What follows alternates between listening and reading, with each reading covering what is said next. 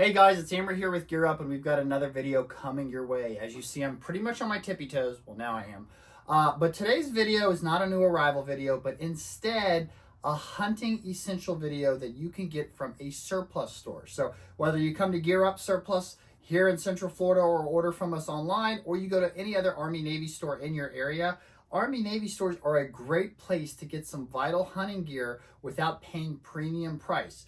Now, granted, a lot of the mil-spec items, you're still going to pay a higher price point, but not at the same price level that you may pay at other stores where you're buying name brands for some of your gear. So I'm going to go ahead and get into it, some of the essential items that you need for hunting season that we see year in and year out that hunters come in and buy. And obviously the camouflages that I'm going to touch on will largely depend on the region you're in. So pretty much any military camouflage will work, with the exception of probably that blue digital that the Navy wears. So let's just get into it. So first and foremost, obviously having some sort of food. You're in your hunting stand all night, all day, or whatever it might be. Having an MRE is a very easy, quick snack.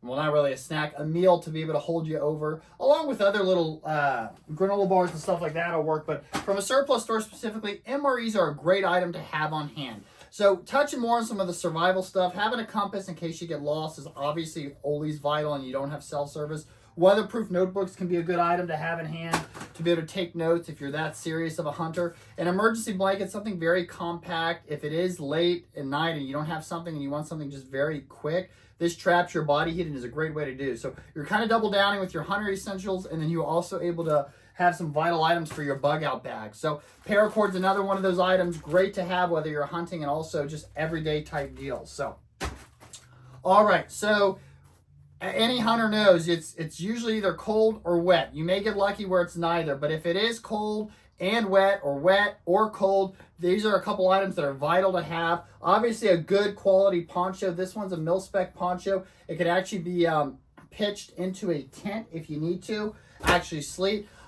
A military wooby. These keep you warm, these keep you dry. These are the most essential blanket you can have. You can go the wool blankets, but they make it a little heavy if it does rain. So I would go the wooby route if it was me personally. And then you'll see behind me, I have these M65 field jackets. These are loved by hunters. So they got the removable liner. So if it's not too cold, you could always just go with the outer shell or just the liner itself. Both are waterproof. It has a zipper hood as well. So the M65 field jackets are absolutely phenomenal to have for hunters who are going in more cool areas. And then the MA1 flight jackets, these are reversible. So if you need the safety orange feature, you have the ability to do that as well. So the MA1 flight jackets, we have a woodland camo one here, but sage green and black are the primary colors we carry, but you can get pretty much any color you want. So those are great items to have. And then sticking with the waterproof and cold weather stuff, Gore-Tex, military Gore-Tex from bottoms to the jackets. So these are great items to have on hand for any hunters out there to keep you cool, keep you dry, and keep you warm. So, all right, moving on now. So might have some more wet weather stuff in there, but from a cold weather standpoint, some cold weather gloves are great to have. These ones are fingerless, so it's good for shooting. I got another fingerless tactical glove if you're not worried about the cold weather, but these are good items to have on hand. Gonna jump all over the place. Sorry, guys, but I got some more cold weather stuff I'll revert back to. But from a gun standpoint, you want to be able to carry your rifle, so having a sling is vital. So we carry single point, 2-point, and 3-point slings. Really depends on your gun. Most people go with the 2-point. This is a single point that sells, hangs right off the shoulder, easy to pull up. The 2-point, the gun will sit up, so it's an easy pick up and shoot type deal. So having a sling is absolutely critical. When your gun is not in use, having good coverage on the ground. When you're taking a break, a gun sock will keep your gun nice and clean so dirt doesn't get all in it. So a very good item to have. And then, you know, you're talking about guns, you're talking about the wildlife. Accidents happen. So you want to have some sort of first aid gear on you. If you don't want to go the tourniquet route, which you probably should just in case, but having a basic MOLLE first aid kit like this one that can attach to a vest if you go the plate carriers, which I'll show you, with some basics in there is absolutely essential to have while you're out hunting. You need to have your first aid stuff on hand, God forbid, should you need to use it. So I mentioned the MOLLE, so you need a way to carry all this stuff. So you can go the vest route, which I'll show here shortly, or you can go like a battle belt. This battle belt here is fully MOLLE compatible, so you can attach stuff like that first aid kit on it with ease. You can also go the pistol belt route. So you pair anything with some Alice clips. This is what they utilized back in the day, and people still love and use these guys. So a great little item to have. Really, to attach to that would be something like a canteen, which is essential to have for your water. You want to be able to carry your water. You can go the water bottle route, but the canteen route is great to have. This one comes with the cup like this. This is a stainless steel one, so you can go the stainless steel route, but the plastic one will do the job for you. This is a 3-piece one here. Attaches right onto that pistol belt, so you have your water on hand. And then speaking of water, a purification straw and or water purification tablets I would recommend as well. If you do get out there stranded, for whatever reason, you want a way to be able to drink your water and make sure it's not going to get you sick. So 2 great items to have on hand. So bouncing back to some cold weather stuff, these polar fleece caps, military style fleece caps are great to have. This is a watch cap here, fleece style. The traditional 100% wool watch caps, absolutely vital. And then if you don't want the whole wool route, you can go a watch cap like this. So these are all great items to have, especially to combat the cold weather. You need to keep your feet comfortable. So go in a military style boot. This is actually a Rothko. This is our quick deployment boot, I believe. We have a couple of styles from Rothko. We have some military issued desert tan boots. We also carry the Belleville Kyber TR550s, which are by far the premier boot. So a good quality boot to have on the ground. If you can get something waterproof, probably makes sense to do that. If you don't want to break the bank, these $50 jungle boots get the job done. Can't guarantee your feet are going to be feeling great afterwards, but good item to kind of have on hand. So also knee pads. Some people may not need these. Some people may want. If you don't want any discomfort on your knees, these like low compact type knee pads are great items to have to protect yourself from there. So let's see if there's anything else I want to touch on here before we get into all this other stuff. Okay, let me touch these before I forget. A good fixed blade knife. If you have a rifle with a bayonet, having a bayonet on it is good, or a pig sticker as they like to call them. Military K-bar is also a phenomenal job. This one is just a standard K-bar, civilian one with a Kydex sheath. So you can get the USMC one if you want the leather sheath. But I think going with the Kydex sheath probably makes more sense, to be honest with you.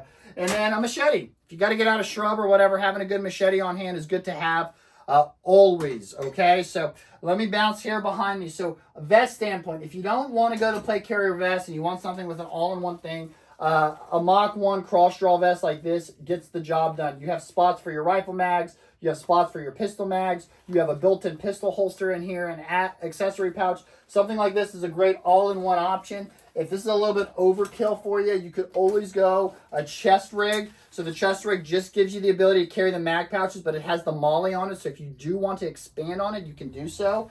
And then if you go a plate carrier route, you might not need the plates in them, but if you want to double down and have a plate carrier and a vest, you could go hunting. These are great options, and the reason being is it's a blank canvas, so you can really customize this how you want it. This is a low, lightweight armor plate carrier by Rothko. It has the built-in rifle mags already in there, so you can attach other stuff if you need to. Only $65. You don't have to break the bank on a plate carrier if you want to go that route. Gets a little bit expensive when you start adding everything else. And then you can go a vital plate carrier. This is truly a blank canvas. So if you really want to deck it out and have a full setup, this is an option for you. Not sure it's the most ideal thing for hunting, but if you're somebody who's also into tactical and tactical build outs, it might make sense to just invest in something like that and kind of customize how you want when you go hunting or when you don't go hunting. Something vital on that, I showed you some of the mag pouches, but a kangaroo quick stack pouch like this allows you to hold both rifle and pistol mags.